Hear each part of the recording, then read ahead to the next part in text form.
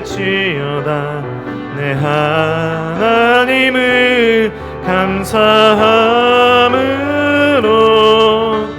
그 앞에 나가며 주인제 앞에 곁에 예루살렘아 여호와를 예루살렘아 여호와를 찬송할지어다. 내 하나님을 감사함으로 그 앞에 나가며 임재 앞에 곁에 손을 내시고 우리 함께 우리 신앙을 고백하겠습니다. 전능하사 천지를 만드신 하나님 아버지를 내가 믿사오며 그 외아들 우리 주 예수 그리스도를 믿사오니 이는 성령으로 잉태하사 동정녀 마리아에게 나시고 본디오 빌라도에게 고난을 받으사 십자가에 못 박혀 죽으시고 장사한 지 사흘 만에 죽은 자 가운데서 다시 살아나시며 하늘에 오르사 전능하신 하나님 우편에 앉아 계시다가 저리로서 산자와 죽은 자를 심판하러 오시리라. 성령을 믿사오며 거룩한 공예와 성도가 실거통한 것과 죄를 사하여 주신 것과 몸이 다시 사는 것과 영원히 사는 것을 믿사옵나이다. 아멘. 우리 자리에 앉으셔서 찬송가 505장 함께 찬송 드리겠습니다.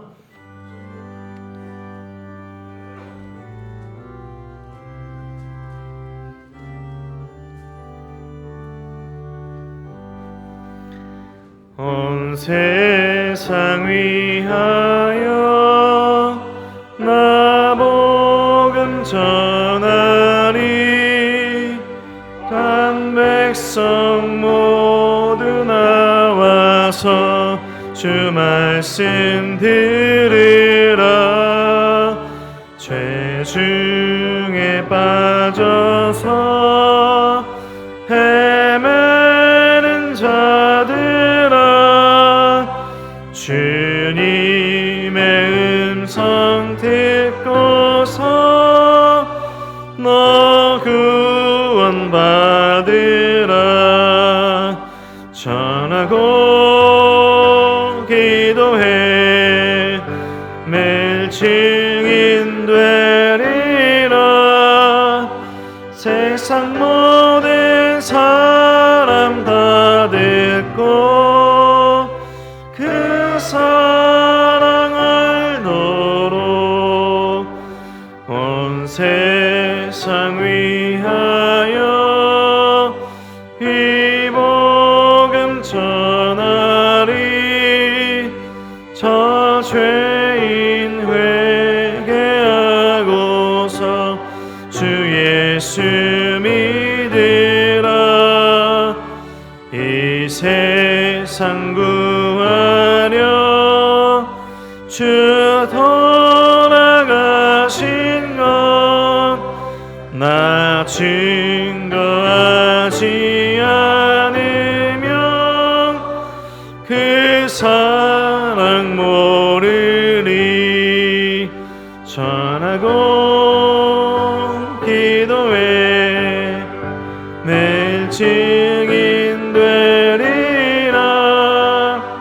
세상 모든 사람 다 듣고 그 사랑 알도록 온 세상 위하여 주인의 임하니. 주 예수 이름 힘입어 이 복음 전하자. 먼 곳에 나가서 전하지 못해도 나 어느 곳에 있든지 늘 기도 힘쓰리. 전하고 기도해 매일 증인 되리라. 세상 모든 사람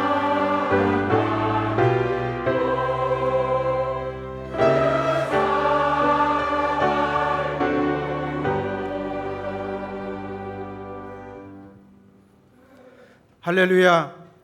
호흡이 있는 자마다 여호와를 찬양할지어다. 하나님 아버지, 오늘 또 복된 주일 주셔서 우리의 육체와 영혼에 쉼을 주시니 감사합니다. 저희들이 참으로 바쁘고 빠른 세상을 살아갑니다. 지난 한 주간도 오직 하나님 한 분만을 바라보며 참된 예배자로 살아가길 원했지만 우리를 미혹하고 유혹하는 현실 앞에서 너무나 쉽게 무너져 내렸던 우리의 나약함을 고백합니다. 우리를 불쌍히 여겨주시고 악으로 빠르게 달려갔던 우리의 죄악을 예수 십자가의 보혈의 능력으로 맑게 씻어 주시옵소서. 세상에서는 교회에 대해서 말들이 많고 이단의 사설들이 난무하지만 주님의 나라는 결코 쇠하지 않음을 믿습니다. 은혜의 동산교회를 이곳에 세우셔서 하나님을 경험하고 가정을 세우며 세상을 새롭게 하고 미래를 열어가는 4대 비전을 주셔서 하나님께 쓰임받는 교회로 사용하여 주시니 감사합니다. 이 4가지 큰 은혜의 강줄기를 통해서 은혜의 맑은 샘이 끊임없이 차고 흘러넘쳐서 곳곳에 지치고 상한 영혼들이 치유와 회복을 경험하고 구원을 받는 놀라운 은혜의 통로로 사용하여 주시옵소서. 분리개척된 형제교회들과 6번째로 분리개척을 준비 중인 드림 동산교회, 비봉의 가스페 선교센터 처치의 청소년센터 건축, 청년부 태국 선교여행과 남은 교육부서의 모든 여름 사역들을 주께서 기억해 주시기를 원합니다. 불규칙한 장마와 무더위 속에서 여름 휴가를 떠나는 성도들의 발걸음을 지켜주시고 휴가 기간 동안에 아무런 사고 없이 주님과 함께 재충전하고 돌아오는 복된 시간이 되게 하여 주시옵소서.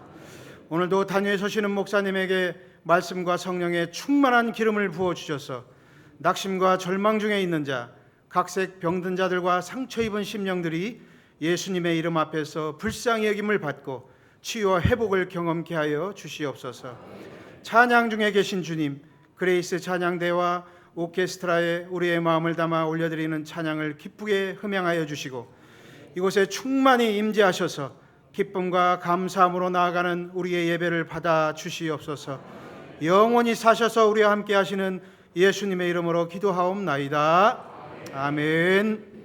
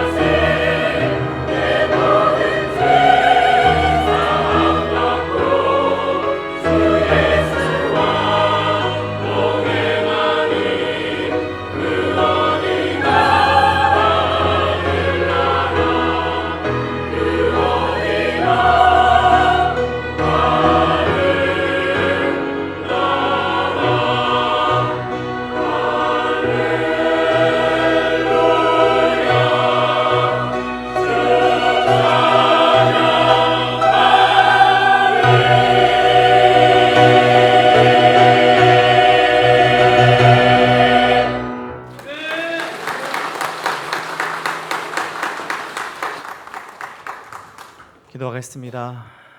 그 어디나 주 예수와 함께하는 그것이 하늘나라임을 고백하며 감사합니다.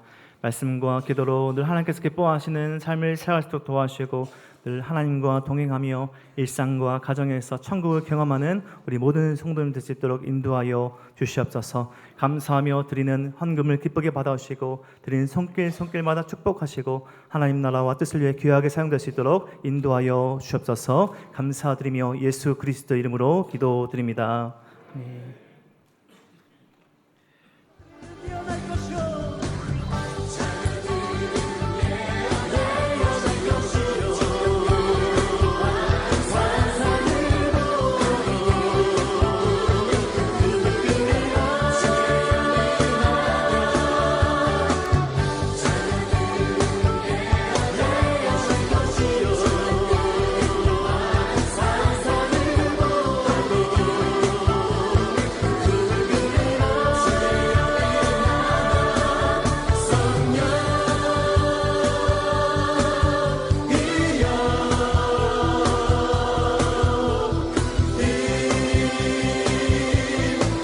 그런데 구약 성경의 성분의 이 말씀은 뭐예요? 모든 세대가 꿈을 꿔야 돼. 이건 무슨 얘기냐면 하나님이 여러분에게 야 너도 꿈을 꿔야 되는 거야. 야 너희도 꿈을 꿔야 되는 거야. 나이와 상관없는 거야 꿈 꾸는 거. 왜? 내가 이렇게 너를 만들었어. 내가 너를 이렇게 창조했어라고 말하는 거죠.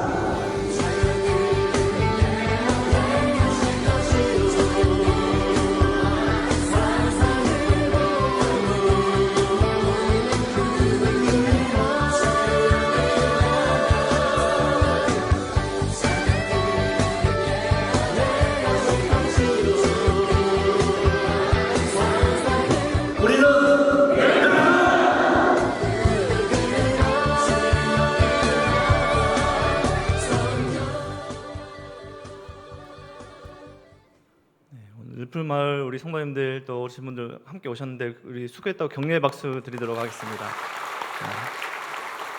감사합니다. 우리 늘푸른마을 성경학교 또 늘푸른마을 계속 기도해 주시고 또 청년부 단기선교 또 교육부서 이름 성경학교를 위해서 계속해서 기도 부탁드립니다. 교육 소식 계속해서 전해드리겠습니다. 7월 마지막 주일입니다. 우리 2부 예배 나오신 성도님들 주님의 이름으로 환영하고 축복합니다. 특별히 은혜동산교회 처음 나오신 우리 새가족분들 우리 환영하는데요. 새가족분들은 예배 후 나가셔서 로비 왼쪽에 새가족실로 오시면 잘 안내해드리도록 하겠습니다. 오늘부터 8월 25일까지 한 달간 식당과 다락방이 방학을 합니다. 식당 방학 기간에는 셔틀버스 시간이 조정됩니다. 우리 셔틀버스 시간 이용 참고하셔서 이용해 주시면 감사하겠습니다. 다락 방학 기간 동안에 모임은 쉬지만요. 우리 성도님들 다락과 또 안에서 순환분들과 함께 교제와 또 신앙 더 깊어지고 성숙해지시는 그 시간으로 보내시길 축복합니다. 또 아울러 금요 중보 기도 모임도 8월 한 달간 방학합니다. 9월 6일에 금요일 모임 재개됩니다. 은혜동산교회 6번째 분립개척 준비하고 있습니다. 개척 준비 지역은 비봉이고요. 교회 이름은 드림동산교회입니다. 우리 1교구를 담당하시는 신영태 목사님 개척 준비하고 계십니다. 오늘부터 개척 준비 기도회가 시작됩니다. 오후 4시에 쉐마디슨 3층 초동 3부실에서 모입니다. 개척에 동참하실 분들 또 기도로 함께 하실 분들 참석해 주시면 감사하겠습니다. 남아있는 마을 공동체를 위해서 지역장님들과 또 순장님들은 8월 31일까지 개척 동참에 신청해 주시면 감사하겠습니다. 우리 모든 개척 동참 신청과 문의는 신영태 목사님께 해주시기 바랍니다. 비봉 국내 단기 선교가 8월 1일부터 3일 이번 주 목요일부터 토요일까지 진행됩니다. 가스펠 센터 처치 예성원 목사님 교회 사역지로 가는데요. 지금 청소년 센터를 건축하고 있습니다. 여기에 많은 도움이 필요합니다. 특별히 건축에 이해가 있으신 분들 참여가 필요한데요. 선교팀들 모이고 준비하고 있는데 아직 신청이 늦지 않으셨습니다. 또 건축을 잘 모르셔도 함께 하실 분들 기다리고 있습니다. 3일 중에 하루, 이틀 또 몇 시간이라도 참여 가능하십니다. 우리 성경호 기혜중 강도사님께 문의해 주시고 함께해 주시면 감사하겠습니다. 남양마을 13다락에서 선교사님과 이웃을 위한 옥수수를 판매하고 있습니다. 예배 후 나가실 때 2층에서 구입하실 수 있으십니다. 우리 담임 목사님 8월 한 달간 기도 연구 휴가를 위해서 안식월로 보내십니다. 우리 담임 목사님을 위해서 함께 기도해 주시면 감사하겠습니다. 교인동정입니다. 사랑마을 정호진 집사님 가정 그동안 인천에서 오시면서 우리 교회를 잘 섬겨주시고 함께 예배 드리셨는데요. 송도 더번교회 교회로 가시기로 하셨습니다. 우리 파송되시는 정호진 지사님 가정을 위해서 기도와 격려해 주시면 감사하겠습니다. 새가족 사업장 안내입니다. 포도마을 황정자 권사님 전국항해 하버프론트 운영 중에 있습니다. 구두 광고인데요. 동산마을 은보선 성도님 시부상 당하셨습니다. 이번 주 다음 주 식당 봉사는 방학으로 쉽니다. 그리고 다음 주 청소 봉사는 1교구 전체입니다. 이 시간 양육 4단계 수료하시는 분들이 계셔서 양육 4단계 수료식 진행하도록 하겠습니다. 네, 우리 이 시간 양육 4단계 수료식을 진행하도록 하겠습니다. 양육 4단계는 2024년 4월 30일부터 12주간 진행이 됐고요. 우리 재수강자 2분, 또 수료자 18명, 총 20명입니다. 이 시간 호명해 드리는 분들께서는 자리에서 일어나 주시면 감사하겠습니다. 김성민, 김희은, 박영식, 박인종, 박덕순, 서미경, 죄송합니다. 박재호, 오명자, 임혜란, 정선우, 조병혜. 네, 이 시간 수료자 대표로 우리 박영식 집사님께서 수료증을 받도록 하겠습니다. 우리 강대상 앞으로 이동해 주시면 감사하겠습니다.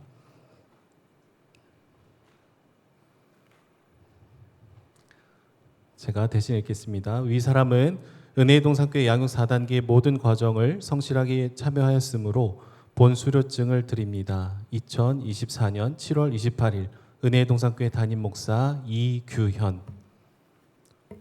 박수로 격려해 주시면 감사하겠습니다. 네, 우리 시간 박영식 집사님께서 수료생 대표로 간증해 주시도록 하겠습니다. 다른 수료생분들 앉아 주시면 감사하겠습니다.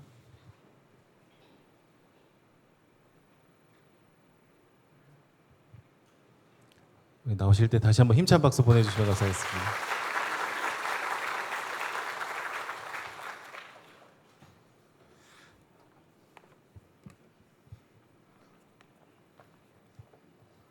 안녕하세요. 저는 예빈마을 부부 이다락 박영식 집사입니다. 저에게는 사랑하는 아내 오명자 집사와 잘생긴 아들 둘, 그리고 예쁜 딸이 있습니다. 제가 좋아하는 다락 식구들도 저의 가족입니다. 은혜의 동산교회에 22년 5월부터 출석했습니다. 처음에는 가정의 평화를 위해서 한 달에 2번 정도 출석하면서 평온한 교회 생활을 할 줄 알았는데 보시다시피 제 맘대로 안 됐습니다. 양육을 하면 하나님이 상을 주실 것이라는 아내의 말에 이끌려서 작년 9월에 1단계를 시작했습니다. 사실 그때도 1단계만 하려고 했는데 하나님께서 4단계까지의 시간을 준비해 주셨습니다. 4단계 12주간의 시간이 참으로 감사하고 귀한 시간이었습니다. 저는 지금이 너무나 좋습니다. 제 영혼의 곳간을 하늘의 검은 보화로 채우고 계시며 흔들리던 믿음의 기둥을 굳건히 세워주시니 더욱 예배를 드리는 것이 기쁘고 기도가 재밌고 하나님이 좋습니다. 이번 양육 과정을 통해 도저히 용서할 수 없는 과거의 사람들을 용서하게 해주셨고 제가 잘못한 분에게 직접 용서를 빌 수 있는 용기를 주셨습니다. 4단계를 하면서 종된 자의 자세와 공동체의 중요성 그리고 기도의 방향에 대해 깊이 깨달았습니다. 내가 중심이 아닌 하나님께 영광을 올려드려야 함을, 공동체와 타인을 위해서 기도해야 함을 깨달았습니다.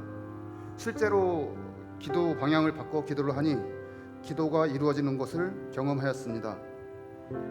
만난 적도 없는 집사님의 건강 회복을 위해 기도를 하니 건강해지셨고, 부모님의 회심을 원하시는 분을 위한 기도를 하니 또한 회심을 하셨습니다. 또 전도를 위한 기도를 하니 행복 프로포즈에 전도를 하게 해주셨습니다. 기도의 응답을 경험하면서 아, 하나님은 살아계시는구나 하며 기도하는 기쁨을 맛보게 되었습니다. 그리고 하나님은 저의 필요를 아시고 때에 맞게 채워주시는 것을 경험하게 되었습니다. 오늘 지금처럼요. 저를 응원하러 온 자녀들이 여기에서 함께 예배를 드리고 있습니다. 사랑하는 아들들, 딸아, 하나님께서 너희를 이곳으로 부르셨으니 예배가 끝난 후 저 문 왼쪽에 새신자실에 들러서 꼭 새신자 등록을 가기 바란다.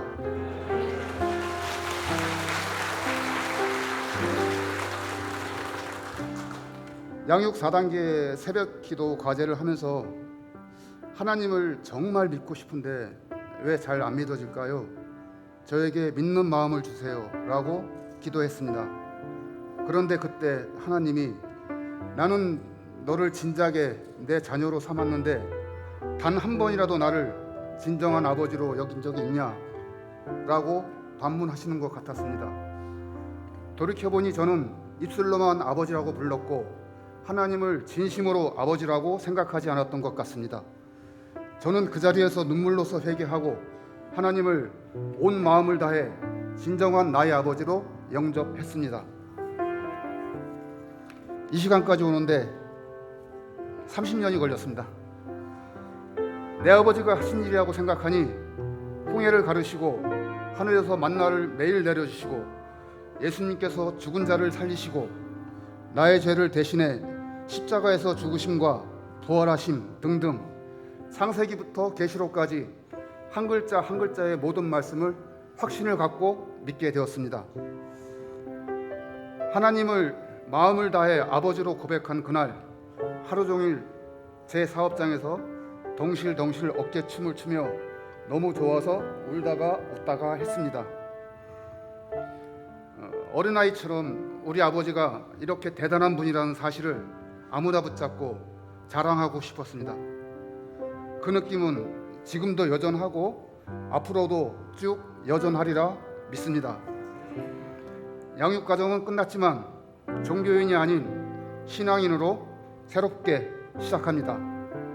아직 양육을 안 하신 분들은 꼭 참여하셔서 동역자들을 만나시고 하나님을 깊이 경험하시기를 축복합니다. 감사합니다.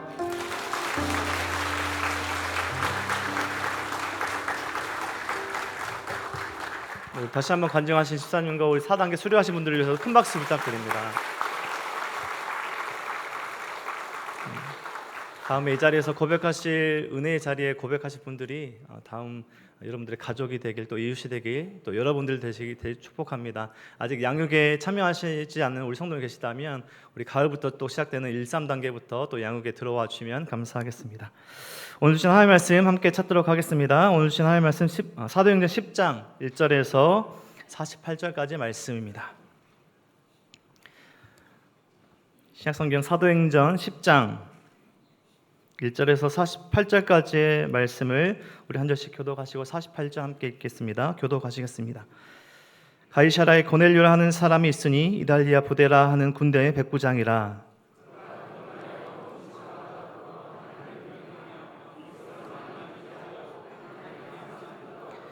하루는 제 9시쯤 되어 환상 중에 밝히 보매 하나님의 사자가 들어와 이르되 고넬료야 하니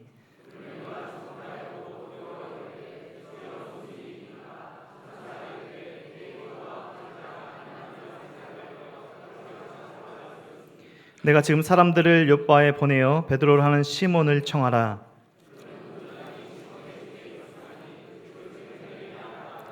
마침 말하던 천사가 떠나매 고넬료가 집안 하인 둘과 부하 가운데 경건한 사람 하나를 불러 이튿날 그들이 길을 가다가 그 성에 가까이 갔을 그때에 베드로가 기도하려고 지붕에 올라가니 그 시각은 제 6시더라. 하늘이 열리며 한 그릇이 내려오는 것을 보니 큰 보자기 같고 내 길을 메어 땅에 들이었더라.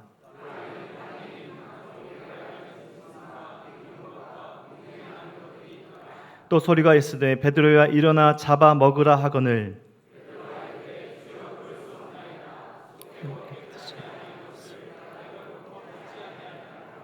또 두 번째 소리가 있을 때 하나님께서 깨끗하게 하신 것을 내가 속되다 하지 말라 하더라.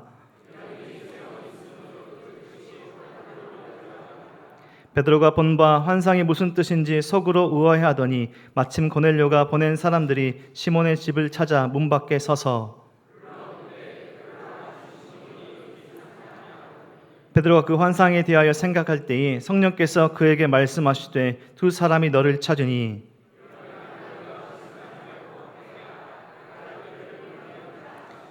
베드로가 내려가 그 사람들을 보고 이르되 내가 곧 너희가 찾는 사람인데 너희가 무슨 일로 왔느냐.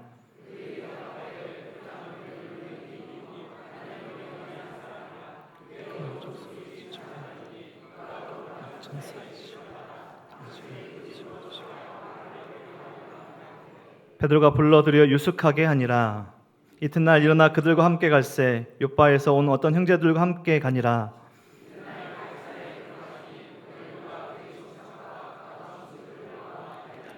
마침 베드로가 들어올 때에 고넬료가 맞아 발 앞에 엎드려 절하니 더불어 말하며 들어가 여러 사람이 모인 것을 보고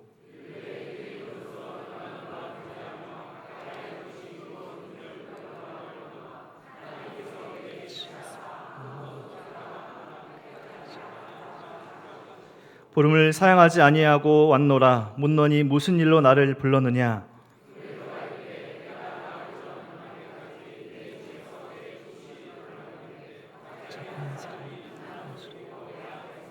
말하되 고넬료와 하나님이 내 기도를 들으시고 내 구제를 기억하셨으니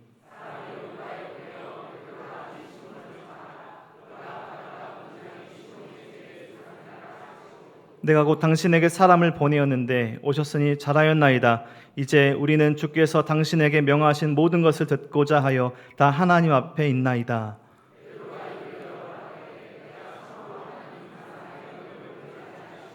각 나라 중 하나님을 경외하며 의를 행하는 사람은 다 받으신 줄 깨달았도다.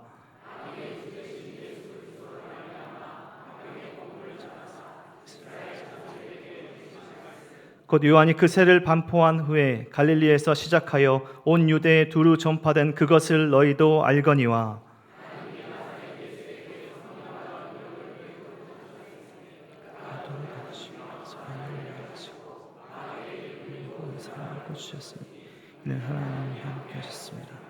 우리는 유대인의 땅과 예루살렘에서 그가 행하신 모든 일의 증인이라. 그를 그들이 나무에 달아 죽였으나 모든 백성에게 하신 것이 아니요 오직 미리 택하신 증인 곧 죽은 자 가운데서 부활하신 후 그를 모시고 음식을 먹은 우리에게 하신 것이라.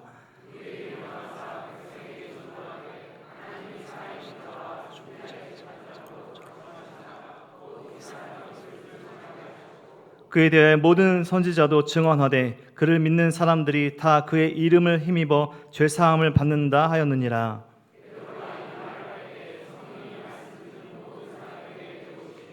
베드로와 함께 온 할례 받은 신자들이 이방인들에게도 성령을 부어 주심으로 말미암아 놀라니 이에 베드로가 이르되 이 사람들이 우리와 같이 성령을 받았으니 누가 능히 물로 세례 베품을 금하리요 하고 명하여 예수 그리스도의 이름으로 세례를 베풀라 하니라. 그들이 베드로에게 며칠 더 머물기를 청하니라. 아멘. 목사님 나오셔서 마지막 허들이란 제목으로 하나님의 말씀 전해 주시겠습니다. 지금 프랑스 파리에서는 올림픽이 열리고 있습니다. 많은 국민들이 관심을 가지고 지켜볼 텐데요. 우리가 좀 관심 있어 하는 종목은 우리나라 선수들이 굉장히 잘하는 종목, 금메달을 따나 못 따나 거기에 관심이 많을 겁니다. 우리나라 사람이 별로 관심을 갖지 않는 종목 중에 육상 경기 허들이라는 경기가 있습니다. 이 경기는 남자는 좀 110m, 여자는 100m를 달리는데요. 그냥 보통 달리기와 다른 차이점이 있다면 10개의 허들을 뛰어넘어야 한다는 거예요. 이 허들의 높이가 남자가 뛰어넘는 허들은 한 1m가 조금 넘고 여자들이 넘어야 할 허들은 한 84cm 정도 되는 것 같습니다. 그럼 이 허들을 몇 발자국 만에 뛰냐 이걸 잘 계산해 보니까 한 3발자국 뛸 때마다 한 번씩 점프를 해가지고 뛰어야 이제 마지막 결승점까지 가는 거죠. 가끔씩 이 허들 경기를 보면 아주 막 달리다가 뛰고 달리다가 넘고 이렇게 하면서 쫙 갑니다. 그런데 가끔씩 그 허들에 걸려서 넘어지는 사람이 있습니다. 2004년 아테네 올림픽 때 중국의 류시양이라고 하는 사람이 금메달을 받았어요. 동양인 최초로 허들 경기에서 금메달을 받았습니다. 그리고 2006년에 이분이 세계 신기록을 기록하면서 그야말로 중국의 인민 영웅이 되었습니다. 2012년 런던 올림픽 이분이 또 출전했는데요. 이번에도 이분이 금메달을 딸까 막 온 중국 사람들이 기다렸는데 그만 허들 경기를 하는 중에 첫 번째 허들에 걸려서 꽉 넘어졌습니다. 그리고 오른쪽 다리를 굉장히 심하게 다쳤습니다. 그래서 그가 일어나가지고 한쪽 다리는 지금 못 쓰니까 왼쪽 발로 이렇게 뛰면서 그 허들 트랙 옆에 있는 길로 쭉 끝까지 다 갔어요. 그리고 마지막에 자기가 안 넘어졌으면 뛰어넘었을 그 마지막 허들 앞에 가더니 입을 맞추고 나갔습니다. 많은 관중들이 우리와 같은 박수를 보내줬습니다마는 어쨌거나 자기는 실격하고 말았습니다. 허들에 걸려서 넘어진 거죠. 제일 잘하는 금메달 선수가. 저는 우리 인생도 비슷하다고 생각해요. 우리가 인생길 달려가는 중에 수많은 허들이 우리 앞을 가로막고 있습니다. 힘들지만 하나 뛰어넘고 나면 또 다음 허들이 나타나고 또 뛰어넘고 나면 또 다음 허들이 나타납니다. 힘들지만 하나하나 뛰어넘고 잘 가는 사람이 있는가 하면 중간에 걸려가지고 넘어지는 사람도 있습니다. 어떤 사람 넘어져서 아예 못 일어나는 사람도 있습니다. 우리가 지금 계속 살펴보고 있는 사도행전에도 수많은 허들이 가로막고 있는데 주님의 교회가 이 허들을 하나씩 지금 뛰어넘어가는 것을 보여주고 있습니다.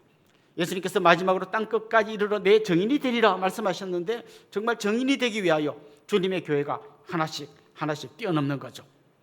때로는 잡아서 채찍질하고 감옥에 가두고 협박하고 죽인다고 경고하고 수많은 어려움들이 있었습니다. 때로는 스데반처럼 순교하는 사람도 있었습니다. 그런가 하면 교회 내에 불협화음이 생겨서 위기를 맞을 때도 있었고 또 거짓말하는 사람들 때문에 교회의 권위가 흔들린 적도 있습니다. 그러나 계속해서 주님의 교회는 그 허들에 걸리지 않고 하나 뛰어넘으면서 전진 또 전진해 가는 게 사도행전의 역사입니다. 사도행전이 어떻게 흘러가는지를 가장 잘 요약한 게 사도행전 1장 8절입니다. 여러분이 잘 아시는 말씀이죠. 오직 성령이 너에게 임하시면 너희가 권능을 받고 예루살렘과 온 유대와 사마리아와 땅끝까지 이르러 내 증인이 되리라. 사도행전은 이 순서대로 돼요. 성령이 임하셨고요. 그 성령 충만함 받은 제자들이 복음 전하니까 예루살렘에 있는 수많은 사람들이 예수님 앞으로 돌아왔습니다. 성전 미문에 있는 장애인을 고치면서 더 많은 예루살렘 사람들이 예수님께 돌아왔습니다. 그런데 핍박이 시작됐습니다. 또 스데반이 순교했습니다. 많은 성도들이 예루살렘에 있다가 흩어져서 온 유대와 사마리아로 흩어져 가서 거기서 복음 전했습니다. 특별히 빌립 집사님이 사마리아 땅에 들어가서 복음 전하면서 복음이 이제는 예루살렘을 넘어 온 유대와 사마리아까지 전해졌습니다. 이제 어디를 가야 됩니까? 땅 끝으로 가야 됩니다. 땅 끝으로 가기 위해서 하나님은 선교사를 한 명 부르십니다. 놀랍게도 가장 앞장서서 핍박했던 사람 바울을 불러서 그를 선교사로 세웁니다. 자, 이제 준비가 완료됐습니다. 예루살렘, 온 유대, 사마리아를 넘어 땅 끝으로 가야 되고 선교사로 부름받은 바울이 지금 준비하고 있습니다. 이제 가면 됩니다. 그런데 가려고 보니까 마지막 허들 하나가, 그것도 아주 높은 허들이 딱 하니 버티고 있는 겁니다. 어떤 허들이었을까요? 우리가 볼 때는 그게 왜 허들이 되나 생각하는 거겠지만 유대인들에게는 굉장히 중요한 문제인 하나가 딱 버티고 있는 거죠. 바로 이방인에 대한 거부감입니다. 유대인들은 자기들이 선민이라고 생각했고 이방인들은 인간이 아니라 개나 돼지 정도 되는 그런 존재라고 생각했어요. 그런데 그들에게 복음을 전한다? 전해도 되나? 왜 전하지? 이런 어떤 편견, 생각들이 그 선교를 가로막고 있었던 것입니다. 자, 오늘 본문에 보면 이제 이 마지막 허들을 온 교회가 어떻게 뛰어넘나를 보여주고 있는 거죠. 그들의 생각 속에 있는 이 충돌, 땅끝까지 복음을 전하라고 하는 주님의 말씀과 이방인에게도 복음 전해야 하나라고 하는 이 생각이 충돌하면서 그들의 잘못된 생각이 깨지고 마침내 이 허들을 넘어서 복음을 전하는 것이죠. 오늘 본문에 보면 베드로는 지금 욥바라고 하는 이 바닷가 어떤 작은 도시에 지금 머물고 있습니다. 그리고 그는 주님의 부름을 받아서 이제 저 가이사랴라고 하는 동네에 가서 복음을 전하게 됩니다. 순종하는 거죠. 자기 원래 유대인으로서 생각은 아닐 거라고 생각했지만 하나님께서 가라고 하니까 순종해서 갔습니다. 지금 제가 욥바라는 도시를 이야기했고 또 이방인이라는 주제로 이야기했는데요. 욥바, 이방인 이 둘을 딱 합쳐보면 떠오르는 한 사람이 있어요. 구약 성경에 나오는 요나 선지자입니다. 요나 선지자는 하나님께서 니느웨로 가서 하나님 말씀을 전하라고 할 때 거부하고 다시스라고 하는 정반대 방향으로 도망갔습니다. 그런데 그가 다시스로 도망가기 위해서 배를 탔던 동네가 어딘가 하면 바로 욥바예요. 이 요나에게 욥바는 하나님께 불순종한 아주 중요한 거점 도시였습니다. 그런데 베드로에게 욥바는 하나님의 말씀에 순종해서 이방인에게 복음을 전하러 갔던 아주 소중한 도시로 오늘 성경에 나옵니다. 자, 이제 오늘 본문에 보면 그 당시 교회의 최고 지도자였던 베드로와 이방인 중에서도 로마의 백부장 군인이었던 두 거물이 만나는 장면이 나옵니다. 이게 이제 10장 11장까지 이 이야기가 이어지는데요. 사실 이 두 사람의 만남이 굉장히 중요한 이유가 있습니다. 이미 성경에 보면 구약 성경에도 이방인이 하나님의 백성이 된 이야기가 종종 나옵니다. 기생 라합이라든지 모함인 룻 같은 사람이 이스라엘 공동체에 들어온 얘기가 나옵니다. 그때는 이 이방인을 향한 벽이 있다면 그 벽에 조그만 구멍이 나고 그 구멍으로 한 명 정도가 들어온 이야기인 것 같이 보입니다. 그런데 이 사도행전의 이야기는 그 정도가 아니라 이방인을 향해 쌓아놓았던 이 장벽을 완전히 허물어버리고 그냥 쫙 물밀듯이 이방 선교가 가능하게 만든 사건이 이제 오늘 본문 그리고 11장 본문의 말씀이라는 것입니다. 그러니까 두 거물이 만난 거죠. 요즘 우리 젊은 청년들 용어로는 인싸라고 그러더라고요. 인싸.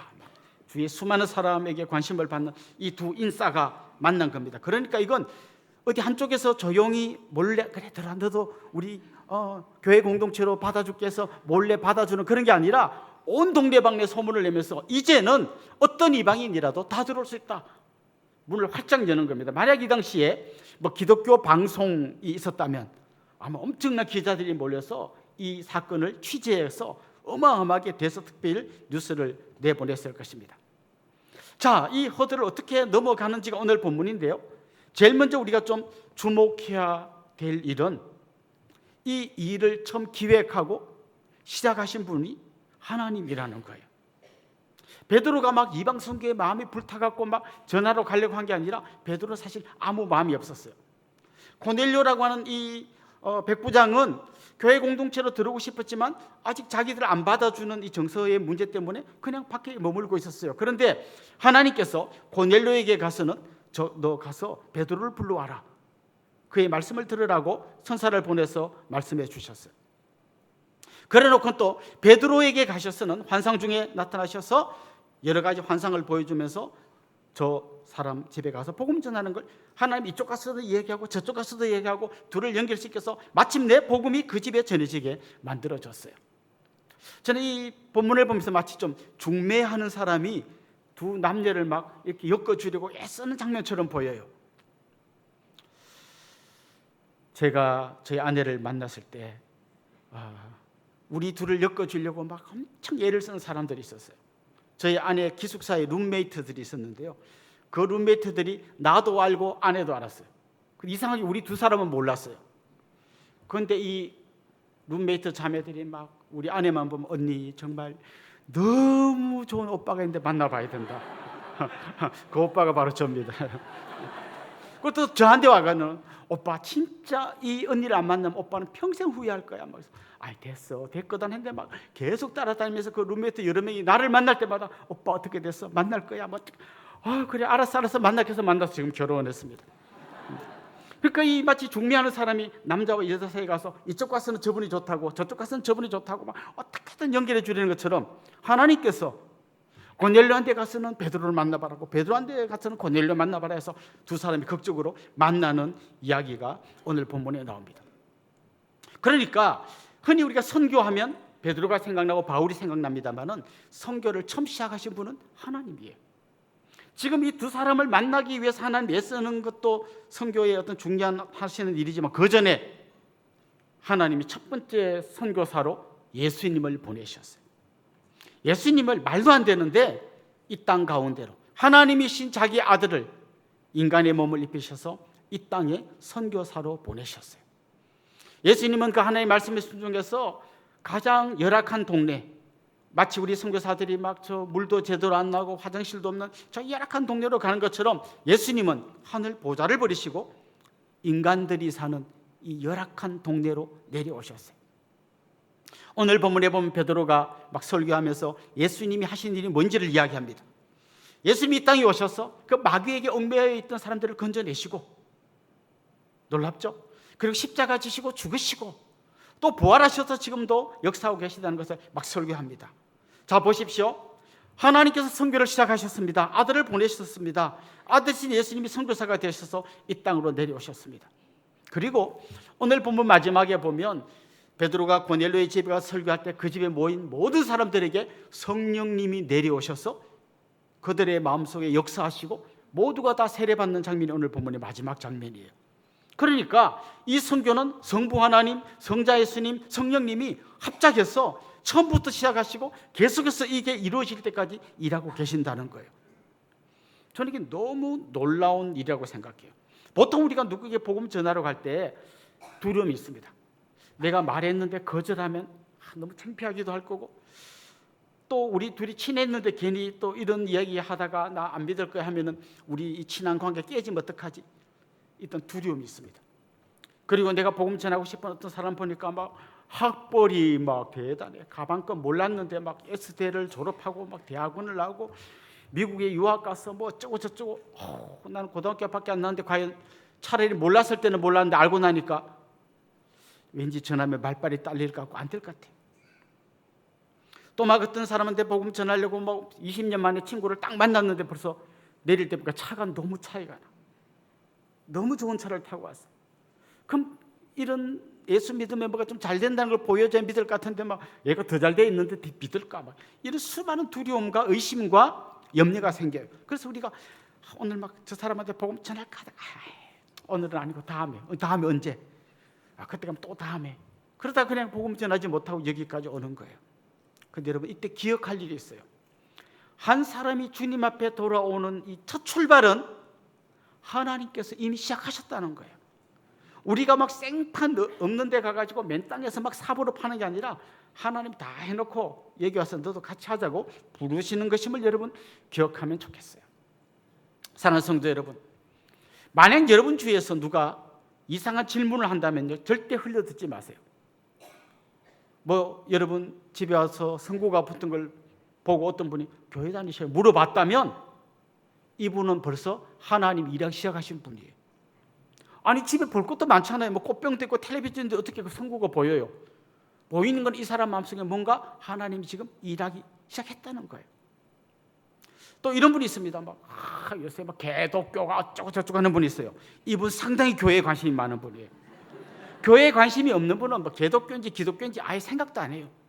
뭐 목사가 뭐 도둑질을 해먹고 도망을 갔는지 만지 그런 게 그게 왜 궁금하냐고요. 지금 재밌는 게 얼마나 많은데, 궁금한 게 얼마나 많은데, 근데 그걸 자꾸 궁금해하고 막 이거 안 돼 문제하는 사람도 굉장히 교회에 관심이 많은 사람이에요.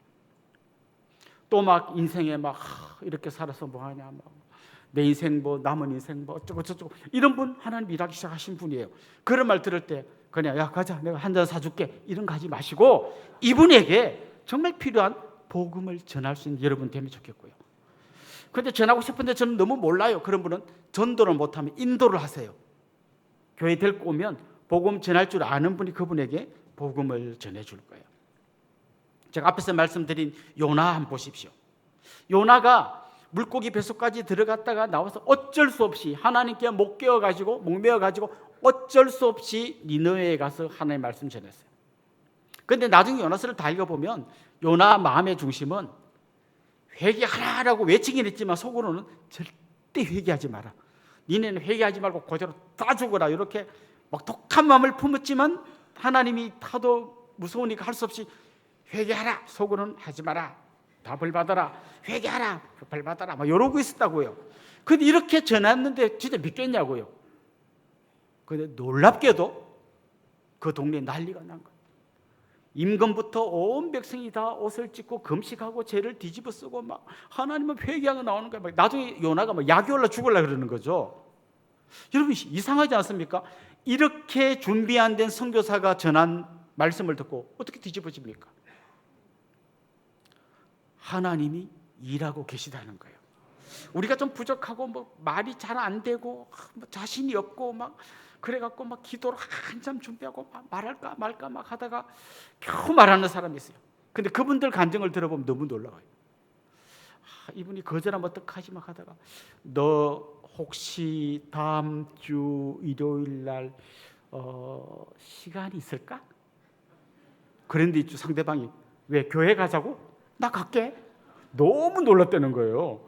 난 아직 말도 다 못했는데 이 사람 벌써 마음의 준비가 다 돼 있는 거예요. 하나님이 일하기 시작하면요, 그 바위 같은 그 완악한 마음이 산산조각 나면서 바울이 주님 앞에 돌아오듯이 돌아온 역사가 일어날 겁니다. 선교의 첫 시작은 하나님이 하시는 거예요. 시작만 하시는 게 아니라 계속 그 하나님이 이 선교를 이끌고 가시는 거예요. 그런 확신이 여러분 안에 충만히 있기를 소망합니다. 자, 그렇다면 하나님께서 지금 일하는 이 장면을 한 번 더 자세히 보면요, 굉장히 세밀하게 일하셔요. 일단 고넬료에 가셔서 저 요바에 가면 베드로가 있다. 근데 베드로는 어디에 있나 하면 무두장이 시몬의 집에 머물고 있다. 그 집이 어디에 있나 하면 저 해변가에 있다. 천사를 보내서 아주 디테일하게 다 알려주면서 베드로에게 사람을 보내서 그를 불러오라는 걸 말씀해 주셔요. 그래서 이 사람이 자기 집에 있는 하인과 병사 한 명을 붙여가지고 이제 보냅니다. 이분들이 이제 와서 베드로가 있는 그 집에 거의 가까이 올 때쯤 하나님 이번에는 베드로에게 가셔서 환상을 보여주십니다. 큰 보자기에 온갖 막 기는 거, 새, 짐승들이 막 다 담겨 있는데 유대인들은 먹을 수 있는 음식이 있고 못 먹는 음식이 딱 구분되어 있습니다. 뭐 돼지고기 못 먹습니다. 순대, 내장탕 이런 거 안 먹습니다. 예, 그런데 그런 게 막 보자기에 가득 담겨 있는데 하나님 말씀하시는 거예요. 이거 너 잡아 먹어라. 저 이런 거 더러운 거 안 먹습니다. 그런데 이걸 하나님이 3번이나 환상을 보여주셔요. 하나님이 깨끗하고 한 걸 속뜻하지 마라. 잡아 먹어라. 그래서 베드로가 고민합니다. 이게 도대체 무슨 환상일까? 하나님이 나한테 무슨 말씀하시려고 이런 환상을 보여줄까? 생각할 때 고넬료가 보낸 사람이 그 집에 도착합니다. 그리고 이방인인 고넬료가 당신을 초청했습니다 할 때 베드로가 깨달아진 거죠. 아하, 이 이방인, 하나님 깨끗하고 한 이방인을 내가 속됐다고 하고 있구나. 그런 거 하지 말고 가자. 뭐 이러면서 이제 간 이야기가 오늘 본문에 나오고 있습니다. 그러니까 굉장히 치밀하게 여기서 이렇게 해서 보내고 요사님 올 때 좀 환상을 보여주고 그것도 3번 보여서 확신을 주고 무슨 뜻이지 할 때 사람들이 딱 나타나고 만나가지고 탁 해가지고 결국에 탁 하고 그래서 범죄합니다. 그런데 이게 상당히 질문이 생겨요. 왜 이렇게 복잡하게 하지? 하나님 직접 하시면 되잖아요. 하나님한테 베드로한테 나타나가지고 네가 가서 어쩌고 하고 이렇게 쓰리 쿠션으로 하지 말고 하나님이 직접 고넬료한테 나타나가지고 바로 복음을 전하셔가지고 고넬료 그 자리에서 회개하고 돌아오게 하지, 왜 고넬료한테 나타나서는 사람을 보내라고 보낸 사람이 베드로를 만나고 베드로를 만나니까 베드로가 따라오고 왜 이렇게 복잡하게 하시나 이거? 왜 하나님은 직접 일하지 않고 자꾸 사람을 불러갖고 같이 일하려고 할까요? 한 작년쯤인 같은데요, 이슬람교를 믿는 한 외국에서 온 자매가 우리 교회에 찾아왔어요. 어떻게 해서 교회 왔습니까? 밤에 자는데 꿈에 흰옷을 입은 분이 교회로 가라고 해서 왔다는 거예요. 그때 이런 마음이 드는 거죠. 하나님, 이 사람처럼 우리 동네에 있는 모든 사람에게 나타나셔서 꿈에 좀 말씀해 주세요. 한번 상상해 보십시오. 하나님 전능하신 거 얼마든지 그렇게 하실 수 있잖아요. 어떤 분이 이제 자다가 꿈을 꿨어요. 웬 흰옷 입은 분이 나타나가지고 너 예수를 믿어야 된다. 그리고 여기서 가까이 있는 은혜의 동산교회로 가라. 꿈을 꾸고 이분이 아침에 나와가지고 자기 아내랑 밥 먹으면서 여보, 어젯밤에 내 희한한 꿈을 꾸었다. 어떤 꿈에 흰옷 입은 분이 할 때 아내가 흰옷? 혹시 예수 믿고 교회 가고 은혜의 동산 당신도 그 꿈을 꾸었어 막 이런데 딸이 아빠 나 이상한 꿈 꾸어서 나오는데 혹시 너도 흰옷 은혜의 동산 했더니 막 온 사람들이 막 몸에 막 이거 뭐야 하고 막 교회를 가려고 나오는데 막 주차장에 나온 사람들이 막 이야기를 들어보고 전부 흰옷 예수 뭐 은혜의 동산. 여러분 이거 하루 만에 우리 교회 꽉 차지 않겠어요? 하루 만에 이 남양이 변화되지 않겠어요? 하나님은 왜 이렇게 쉬운 방법 놔두고 무슨 뜻인지도 모르는 베드로에게 그 환상을 3번씩이나 보여주고 그 멀리서 사람들이 와가지고 또 같이 따라가고 왜 이렇게 복잡하게 하실까요? 그냥 하나님이 니느웨에 그냥 막 벼락을 때리든지 막 구름에 글자를 써주는데 가지고 다 믿게 하면 되지 왜 안 간다는 요나를 기어이 불러내가지고 거기에 가서 복음 전하게 할까요?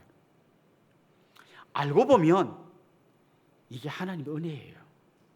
그 영광스러운 하나님의 일에 우리를 끼워 넣어 주시는 거예요. 우리 이런 표현 많이 하죠. 저 사람은 내가 다 하니까 숟가락만 올린다. 하나님 우리 보고 그냥 숟가락만 올리게 기회를 주시는 거예요. 그래가지고 그 사람이 예수 믿는 사실 하나님 다 해놓고는 수고했다 착하고 충성된 종아 네가 수고해가지고 드디어 이분이 예수님 믿는구나 이렇게 말씀하시는 거죠. 아이들 어릴 때 보면 이제 아빠가 밖에서 뭐 무거운 짐을 들고 오면 막 달려가지고 아빠 제가 도와줄게 하고 막 짐을 다 같이 들고 온다고 생각하는데 사실 매달려서 옵니다. 그럼 아빠가 야야야 네가 매달리기가 더 힘들잖아 좀 저리 가 이렇게 안 해요. 어이고 우리 아들이 도와주니까 엄청 힘이 나네 이럽니다. 그럼 다음에 아빠가 오면 또 이 아들이 탁 보면 왜 도와주려고 아우 힘들어 도와줘 그럼 빡 달고 도와줍니다. 오 우리 아들 최고인데 지금 하나님 우리한테 그렇게 하시는 거예요. 그래서 우리를 선교에 부르시고 전도의 자리에 우리를 보내시는 것은 아유 하나님 왜 이렇게 우리를 뺑뺑이 돌리고 더워 죽겠는데 귀찮게 하십니까가 아니라 하나님이 놀라운 영광스러운 자리에 우리를 끼워주시니 감사합니다. 그러고 가야 되는 것이죠. 오늘 본문에 보십시오. 오늘 본문에 보면 베드로와 고넬료만 있는 게 아니라요 고넬료가 사람을 보냅니다. 하인 2명 그리고 자기 부하 병사 1명 보냅니다.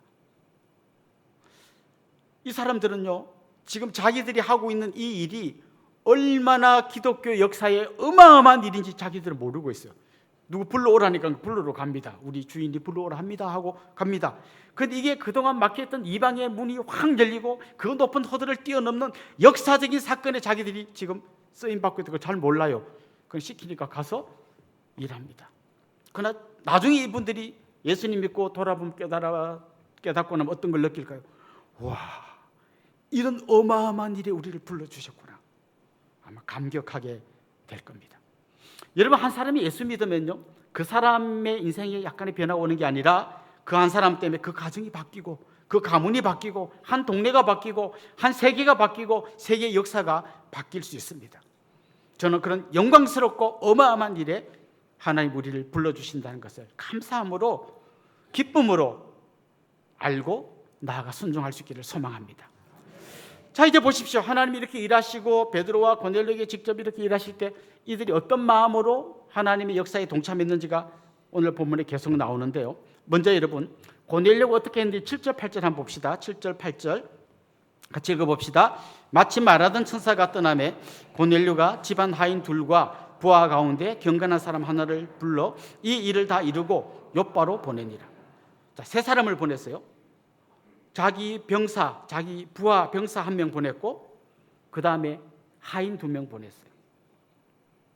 자 지금 갑니다. 이 세 사람이 갑니다. 갔는데 베드로는 지금 누구와 함께 있습니까? 무두장이 시몬의 집에 머물고 있습니다. 무두장이는 가죽 벗겨가지고 뭔가 만드는 사람이라 그랬잖아요. 그러니까 그 당시 유대인들의 생각에는 시체를 만지는 더러운 사람이기 때문에 가까이 안 하는 사람이에요. 그런데 베드로는 지금 멀리 해야 되는 그 사람 집에서 머물고 있어요. 베드로의 원래 이름이 시몬이잖아요. 그리고 무두장 이름도 시몬이에요. 그러니까 절대 같이 있을 수 없는 두 시몬이 지금 한 집에 머물고 있는 거예요. 교회의 최고 지도자였던 베드로와 사람들에게 배척받던 무두장의 시몬이 머물고 있는 집에 누가 가나 하면 이방인 로마 병사가 가고 사람들이 좀 하대하던 그 집 하인 둘이 갑니다. 가서 그 집에서 하룻밤을 보냅니다. 좀 우리가 볼 때는 뭐 가서 뭐 하룻밤 자나 하지만 이 5명이 같은 공간에 있다는 것 자체가 어마어마한 이야기예요.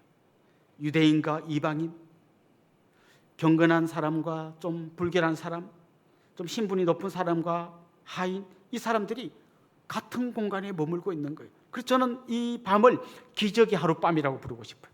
정말 기적 같은 하룻밤이 그날 지나가고 있는 거예요. 그게 끝이 아니에요. 이제 이 사람들이 욥바에서 가이사랴로 갑니다. 가는데 이번에는 욥바에서 베드로와 함께 했던 좀 경건한 사람들이 같이 가요. 한 7명쯤이 간 것 같아요. 근데 욥바에서 가이사랴까지가 51km입니다. 그러니까 굉장히 먼 거리죠. 이 먼 거리를 절대 같이 어울릴 수 없는 이 7명이 가는 거예요. 로마 군인 1명, 교회 지도자 1명, 무두장이 집에서 같이 갔던 또 2명, 그 다음에 보냈던 하인, 막 이런 사람들이 뒤에 엉켜가지고 51km를 걸어가는 거예요. 걸어가면서 뭐 했을까요? 아무 말도 않고 차례스로 가진 않았을 거예요. 어쩌다가 당신은 여기 왔습니까? 뭐 이런저런 일 있고. 근데 도대체 당신이 믿는 하나님 어떤 분일까? 아마 그 안에서 많은 대화가 있었을 거예요. 가다 물도 마시고 떡도 나눠 먹고 그러면서 그 먼 길을 같이 걸어갔을 겁니다.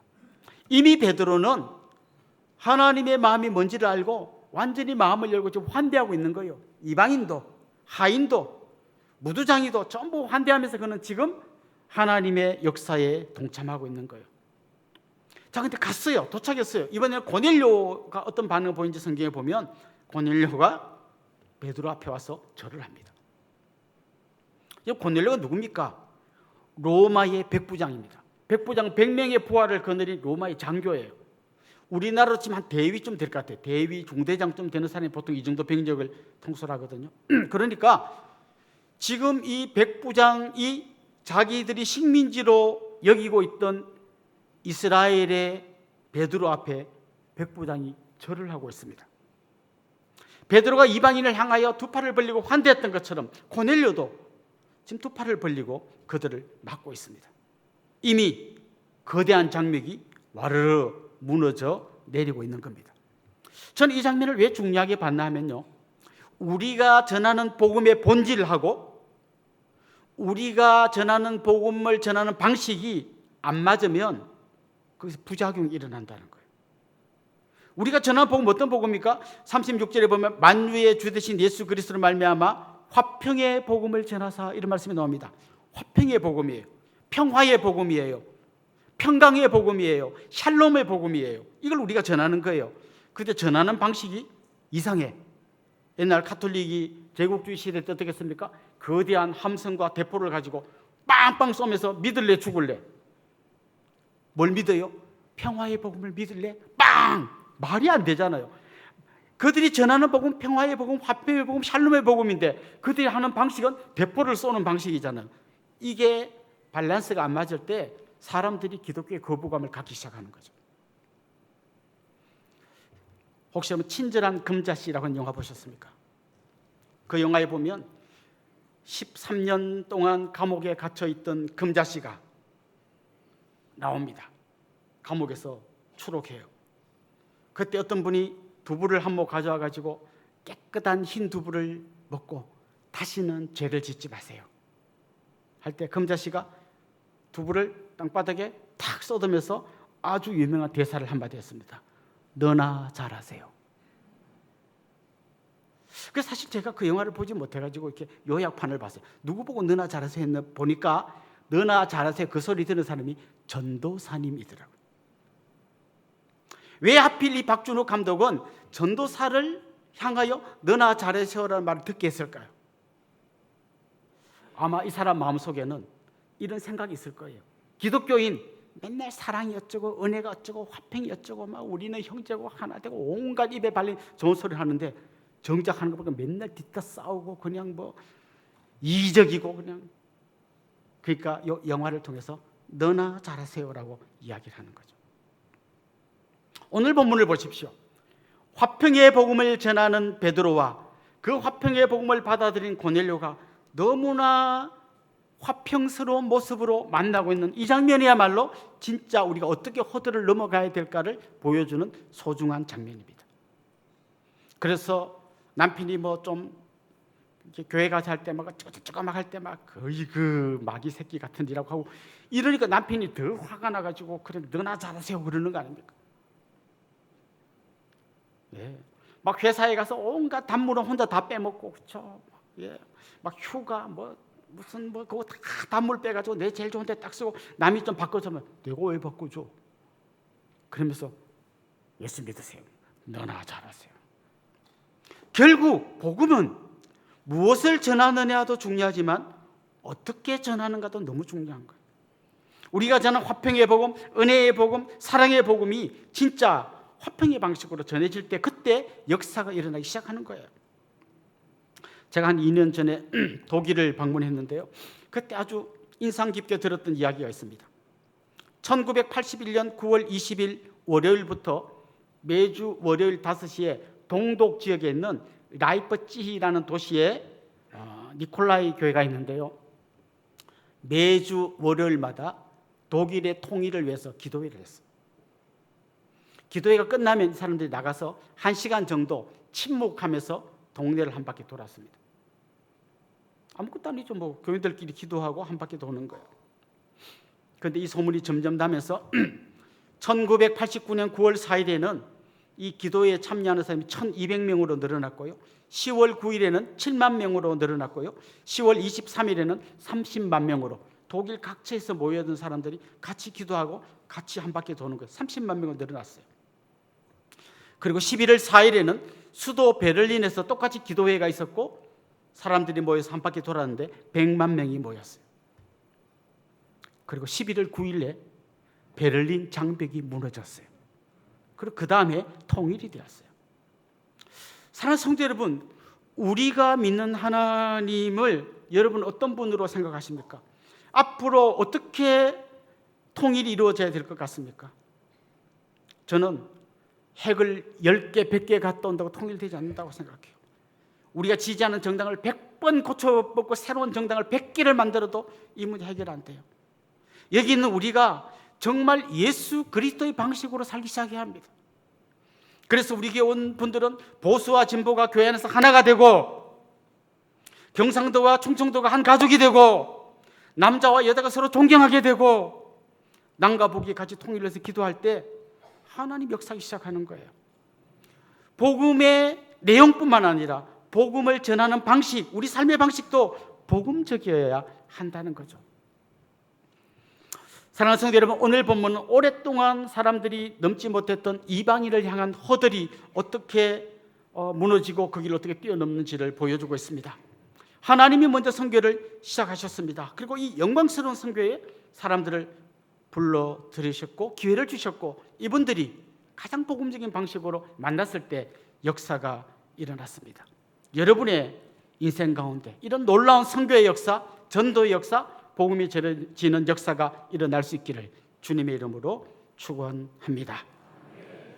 기도드리겠습니다.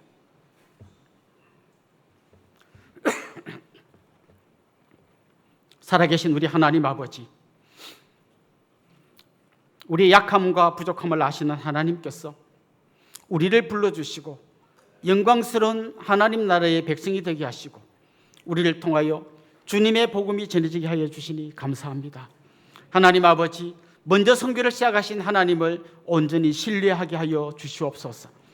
그리고 이 일에 우리를 불러주시고 우리와 동력하기를 기뻐하시는 하나님의 그 은혜를 기억하면서 그 하나님의 놀라운 사역에 동참하는 저희들이 되게 하여 주옵소서.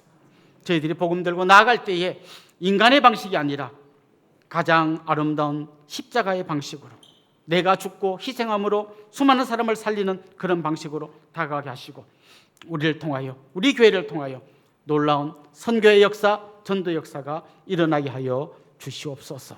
모든 영광 주님께 올려드리옵고 예수님의 이름으로 기도드리옵나이다. 아멘. 오늘은 우리 늘푸른 마을 우리 어르신들이 특송을 하실 겁니다. 지난주에 여름 성경학교를 은혜 가운데 잘 마치고 오늘 이제 같이 특송을 하실 텐데 나오시는 동안 여러분 뜨거운 박수로 한번 이분들을 맞아주시면 감사하겠습니다.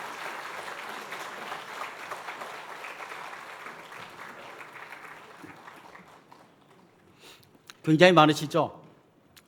작년에 우리가 깜짝 놀라운 통계를 봤는데요. 원래 우리 교회 주축이 4050이거든요. 40대 50대가 우리 교회에 제일 많으신데 작년에 우리 교회에 등록하신 분 통계를 봤는데요. 한 200여 명이 등록하셨는데 제일 많이 등록한 연령이요. 놀랍게도 70대였어요. 그래서 우리 교회 당회에서 그런 얘기를 했습니다. 앞으로 미래를 열어가는 것은 다음 세대뿐만 아니라 바로 이분들이 미래를 열어가셔야 된다. 아직 건강하고 또 힘이 있는 이분들이 앞으로 우리와 함께 미래를 열어가실 겁니다.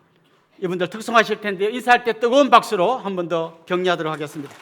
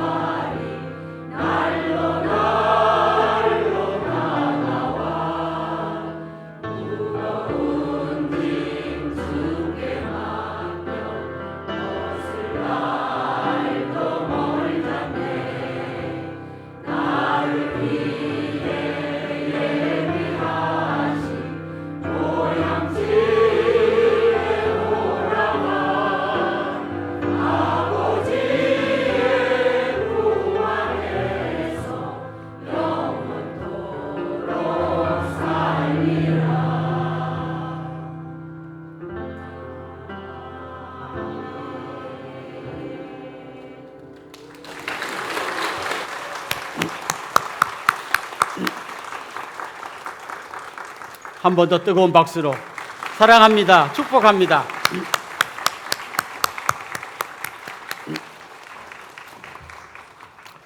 사실 앞으로 100세 시대에 우리가 살아야 되기 때문에 여기 계신 70 이런 분들은 옛날로 치면 거의 총각이나 마찬가지예요. 그래서 앞으로 이분들이 미래를 열어가는 주역들이 되실 줄로 믿습니다. 이제 여러분 저를 잠깐 한번 주목해 주시면 좋겠는데요. 같이 좀 축복하고 또 환영하면 좋겠습니다. 지난주 생일이었던 분 우리 한번 축복하면 좋겠는데 한번 손 들고 자리에서 한번 일어나 볼까요? 지난주가 생일이었습니다. 이런 분. 네, 한번 권사님 저 뒤에도 계시는데 한번 용기를 내서 일어나셔요. 집사님. 오늘 특별히 또 귀한 분들이 우리 교회에 찾아오셨는데요. 이분들도 한번 모시도록 하겠습니다. 김종윤 선교사님, 문미연 선교사님, 그리고 그 집의 두 따님 향유 옥합이 어디 있습니까? 한번 일어나시죠. 제일 뒷자리에 있습니다. 향유 옥합이 지금 미국에서 전액 장학생으로 공부하고 있습니다. 그런데 이번에 한국에 무슨 실습하러 왔는데 이때 맞춰서 우리 선교사님들도 휴가차 나오셨습니다. 또 결혼기념일이신 분도 한번 손 들어볼까요? 결혼기념일. 지난주 결혼기념일이었던 분들.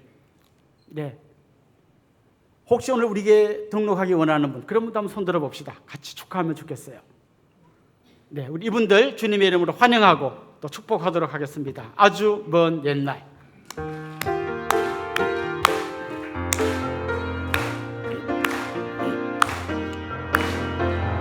아주 먼 옛날 하늘에서는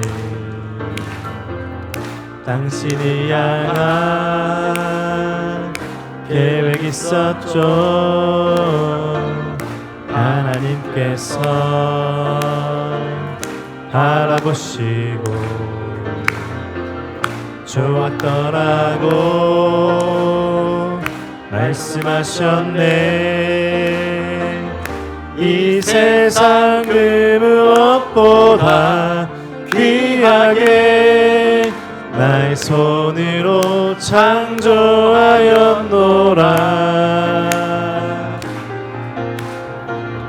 내가 너로 인하여 기뻐하노라.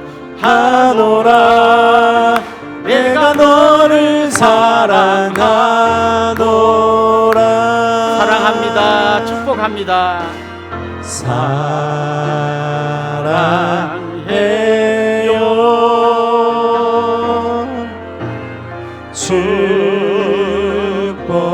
축복해요. 당신의 마음에 우리의 사랑을 모아드립시다. 사랑을 드려요. 사랑합니다. 축복합니다. 우리 옆에 있는 분들과 다 인사할까요? 주님의 이름으로 사랑하고 축복합니다. 우리 또 앞뒤에 있는 분들 같이 한번 인사합시다. 주님의 이름으로 사랑하고 축복합니다. 이제 우리 자리에서 한번 다 일어나겠습니다. 표회송 같이 부르고 축도로 예배를 마치겠습니다.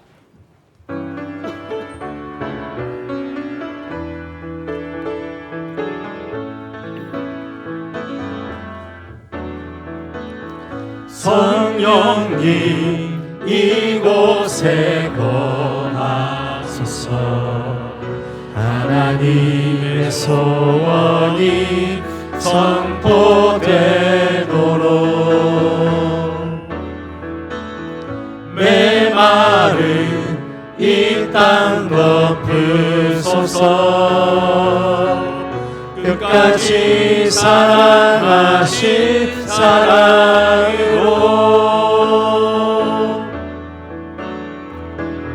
성령님 이곳에 거하소서. 하나님의 사랑이 선포되도록